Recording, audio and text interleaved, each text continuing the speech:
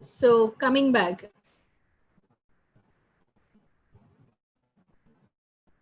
are you there? Yes, ma'am. Yeah.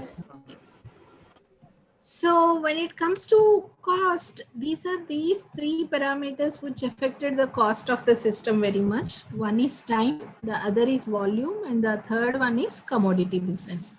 So when it comes to time, this is based on the learning curve, which is not only with respect to computers, universally, the manufacturing cost decrease over time. Whatever mobile model that costs around 20,000 now will be costing definitely less after 3-4 years, because over the time, what is it that happens? New capacities or new features do come, and thereby decreasing the demand for the current thing. So manufacturing cost decrease over time based on the learning curve. The other thing is that increasing volumes also affect the cost in several ways. What do you mean by increasing volume is that when more number of people start using it, the demand to manufacture the volume of the products, the increase of there will be an increase in the volume of the products that need to be manufactured. So when you are manufacturing certain things in a large scale, when the volume is very on a large scale, automatically what happens? The cost of the respective product comes down. So that is the other reason why computers are not so costly when compared to some 10 or 15 years back. So some 10 or 15 years back, or more than 20 years if you take back, at that the cost of a computer used to be on a higher end compared to the cost of the similar computer that was there at this point of time. And the third one is a commodity business. What is commodity business? Anything that is available for you in the market is a commodity, right? So the low end of computer business is more a commodity business, because you have assembled computers that came into existence. There are a number of people who will be producing mouses. There are a number of people who will be producing keypads. There are a number of people who will be producing what you call RAMs or flash drives, all these things. So overall product becomes slower because the competition among the suppliers automatically brings down the cost. These are the three parameters that brings down the cost. Uh, the other thing we'll be looking into as part of cost is the cost of the integrated circuit. Why should I be bothered about a cost of an integrated circuit? Right? So if you are building a house, it is important that you need to know what is the cost of the cement, what is the cost of the steel in the market, although you don't have much idea or much domain knowledge. But to get an idea, similarly, when it being a computer architect, you need to know what are those things that affect the cost of a integrated circuit. How does this integrated circuit do come is that we have one cylindrical, the one that you are seeing here. This is a silicon ingot is what you call, made up of silicon raw material, which is boiled at very high temperatures, and you have these cylindrical silicon ingots. What we do them is that they are sliced into very thin slices, in round shaped slices, the one you have seen here, and every round shaped one is what we call it as a wafer. This wafer is it will go through a number of phases or number of steps, almost 20 to 30 steps, where you clean it very neatly, polish it. In fact, the cleaning and polishing happens in such a clean environment that even the people who does that wear all these kits all through the body, so that they don't carry even a minute dust particle onto them. So after that, these wafers, if you see here, this cylindrical one, there will be a number of transistors that are chipped onto the wafer. Hundreds of transistors are chipped onto the wafer, and this wafer is then sliced or diced into dice. So if you look at the cornermost right corner down, you can see one single wafer is divided into multiple small squares. So each square is a chip. Each square is a chip. But however, what happens is that the chips that are there on the borders, you can't use them because you'll be losing some transistors as well as the connectivity among them. So the cost of an integrated circuit is dependent on the cost of the die, cost of testing the die, and cost of packing this.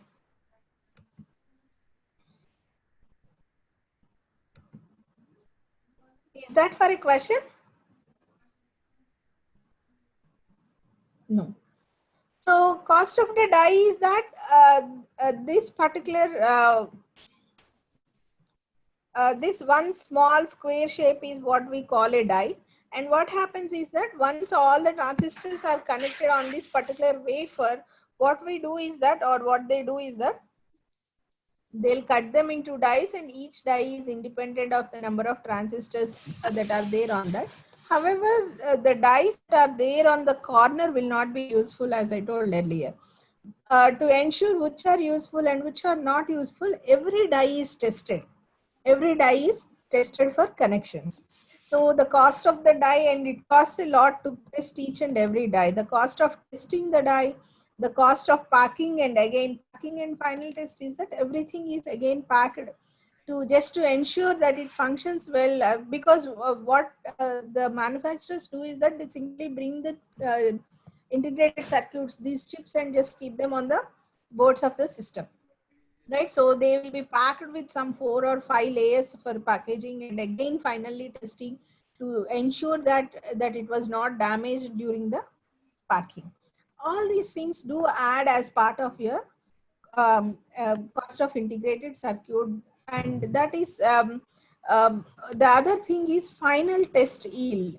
After doing all these things also, there are certain dies that will be lost, that will not functional, that will not be worth to be sent to the manufacturing unit and all these things. So your final test yield will be defining that particular number. So to look into that one, and so the testing die cost will be decided by the respective people or the manufacturing unit. Similarly, the packaging unit will decide the manufacturing cost. And when it comes to cost of the die is dependent on the cost of wafer. Wafer is that circular thing, and dice per wafer. What do you mean by dice per wafer? How many dice do you get per each wafer? I'll just see. So these are the total number of dies that you get per each wafer into die yield. Die yield, what is die yield is? Die yield is the number of dies that you will be able to use, the number of dies that are functional. Why is die yield not 100%? Die yield is never 100% because, you know, when you see here, the ones that are there in the corners, you will not be able to use them. Only those dies that are there in square shape will be using them, and we'll be losing all those things that are there in the edges of the circle or edges of the wafer. So that is die yield. And how many dies do I get per wafer? That is, wafer is a circular thing, so it is nothing but a circular. How many dies do you get depends on the area of that thing, which is defined by pi r square. That is that pi into wafer diameter by 2 whole square, defined by the total die area. Die area is the area of that square chip. But among the entire thing, we remove that what you call those things that that are there on the edges of the wafer. We as define them by pi into wafer diameter by root 2 into the area. There are a few problems that are there. Ma'am, why is the wafer circular? Why is it not square or rectangle? Right. So these wafers, you get them from the silicon ingot. Oh, sorry. I'll show you. So these wafers, you get them from this silicon ingot, which is basically cylindrical in shape.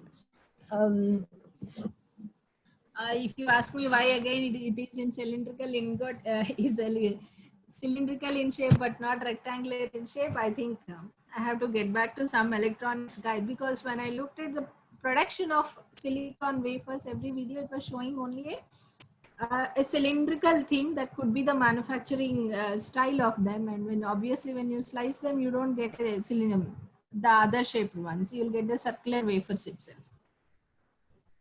Yeah, but I'll definitely see why they are in cylindrical shape only. Even I have no idea.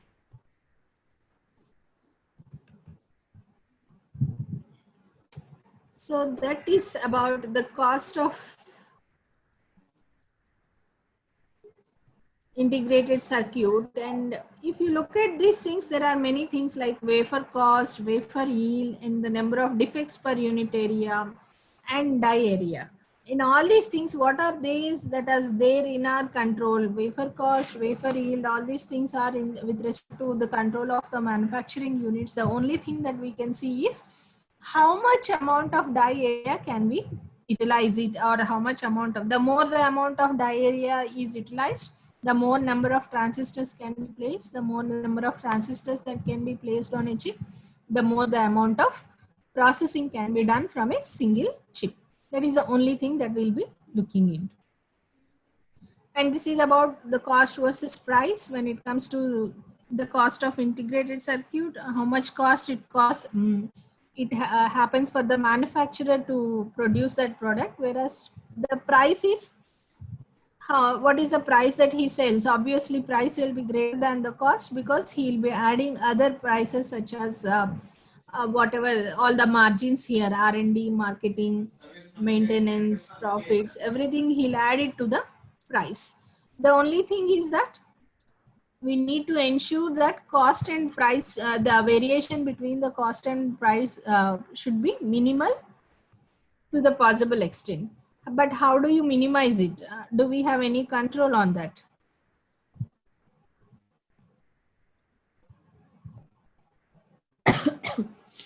What happens when the difference between the cost and price is more?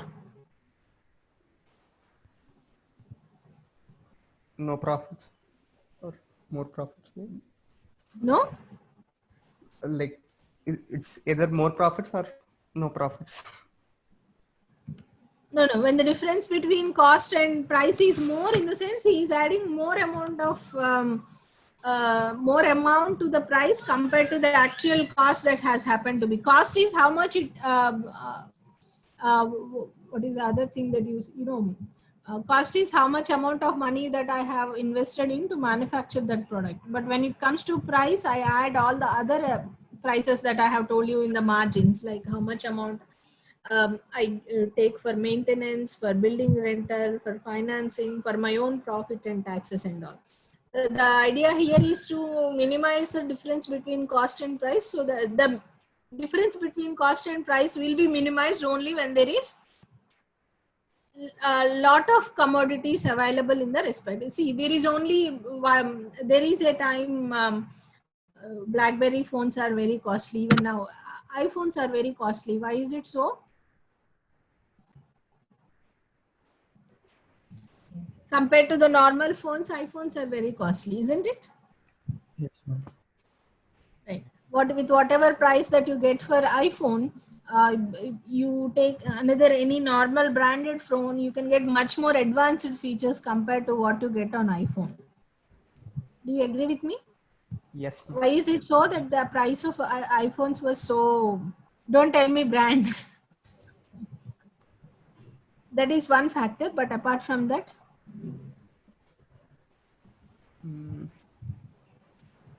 The material they're using, ma'am, like most of the materials they use are developed in house. So for the iPhone 11s, they made custom back cases, which is scratch resistant, and say their material quality is, which they used to produce is on a higher end, yes, ma'am. right? So they They offer have high you cost. more quality product compared to what is available on the market, or whatever other products that are there on the market. Then Even the maintenance price and all, they charge more. yeah, the maintenance price, the profits they make are relatively more compared to the other systems on the phone because there is no competition for them. There is no other iPhone. Yeah, what we thought of saying the brand that they created for themselves is also one parameter that there is no competition for them. Whereas when you look at the normal branded phones, all of them are under the same category and there is a lot of competition. That is the reason they give you very competing prices also, which is quite different from the other the other products. Same is with respect to any product in the marketing business. So when it comes to other category of computers such as warehouse scale computers, it is not only the amount of money that you invest in buying that, but the cost to operate the computers is also plays a significant role. So, you know, when you purchase some servers and networks, over 60% of the monthly cost is just to operate them. What cost do you need to operate warehouse scale computers or large systems? When you have large systems, you need a lot of maintenance. And obviously, when they are servers and networks, you can't keep them in normal rooms. You need air conditioned rooms and all these things. Uh, and for maintenance of that, you need some supporting staff. So, to support them in the sense for in means of salaries or for the infrastructure that we need to maintain these servers and networks, we have this operating cost, which will be more than 60% of the monthly cost of those systems. So when you are looking at the cost of operation, see, desktops and laptops do not need more cost of operation. We generally use them in normal rooms and all. But when you keep large number of cluster of systems together, you can be. That is the reason. See how our labs obviously are maintained partially, right? So with some manual help and then some infrastructure help, you need some place to accommodate them. Obviously, if it is an own building, that's a different thing. But if you need to take the building for rent, and then what you call the other thing is you need supporting infrastructure such as power, ACs, and all to maintain these things. So when you are looking at the cost of the systems, you need to look at the category of the class of the systems and look at the cost of the operation also, apart from cost and price variation. So we are running out of time. I think we are almost done. So I leave these two problems which are already executed in the textbook. They are already worked out problems. You can go through them. There are questions on these problems. See, this is the first thing is find the number of dice that you get for a 30 centimeter wafer, where the die size is given. Die size is not fixed.